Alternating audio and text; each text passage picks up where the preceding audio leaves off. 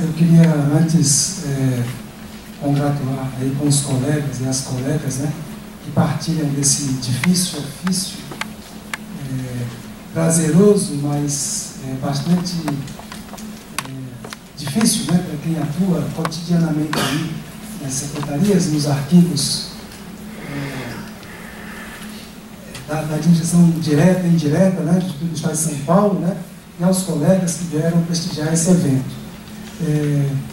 Nós temos a honra de inaugurar essa data na companhia de tantos que dedicam cotidianamente a esse ofício tão estratégico, no entanto, tão pouco visível, né, pela sociedade em geral, e com alegria compor a mesa com nomes tão importantes como do Ramon e da Belia, que nos prestigiam, né? Então eu queria só reiterar o agradecimento ao Antônio Marques, que é diretor do Centro de Documentação da Central Única dos Trabalhadores, por ter propiciado a participação dos conferencistas neste evento. Amanhã se inicia o 4º Seminário Internacional dos Arquivos dos Trabalhadores, que é promovido pela CUT e pelo Arquivo Nacional, né, cujo tema é Memória, Verdade, Justiça e Reparação, que tem uma bela e ousada programação. Né, se inicia amanhã, vai até sexta-feira. Aqui eu só quero dizer assim, duas palavrinhas para falar um pouquinho dessa nossa atividade de difusão, que é uma atividade tão difícil e, se não me engano, rara em arquivos. É muito raro, é muito difícil. Os arquivos, eles hoje penam para existir e para produzir os instrumentos de gestão, os instrumentos de pesquisa, né?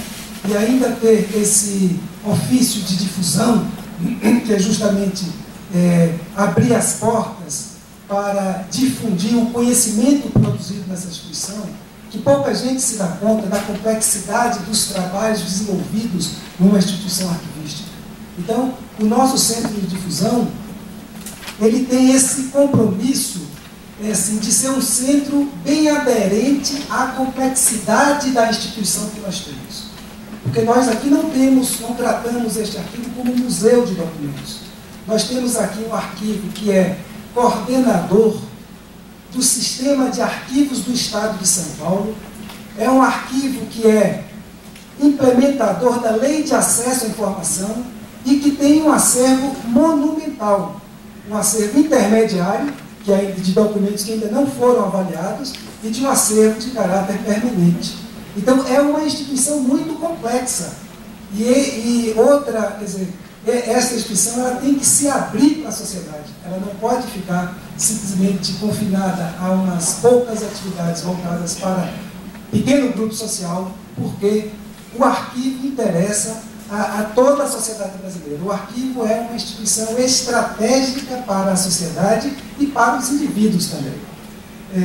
E outra coisa que tem decorrência disso também, a nossa difusão, ela está procurando, digamos assim, assegurar a identidade arquivística dessa instituição. Eu sei que isso pode parecer estranho, mas é disso que nós poderemos tratar aqui até numa conferência. Qual é o papel de uma difusão? Mas o que a gente quer exatamente é trazer para essa instituição, colar nessa instituição, a sua identidade de arquivo. Nós não somos uma instituição essencialmente de memória nem de história. Nós somos fundamentais para a produção da história e da memória.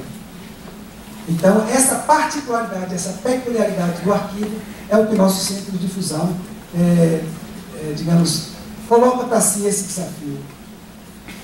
Portanto, foi com este intuito que inventamos a comemoração desta data instituído pelo Conselho Internacional de Arquivos, que é o dia 9 de junho.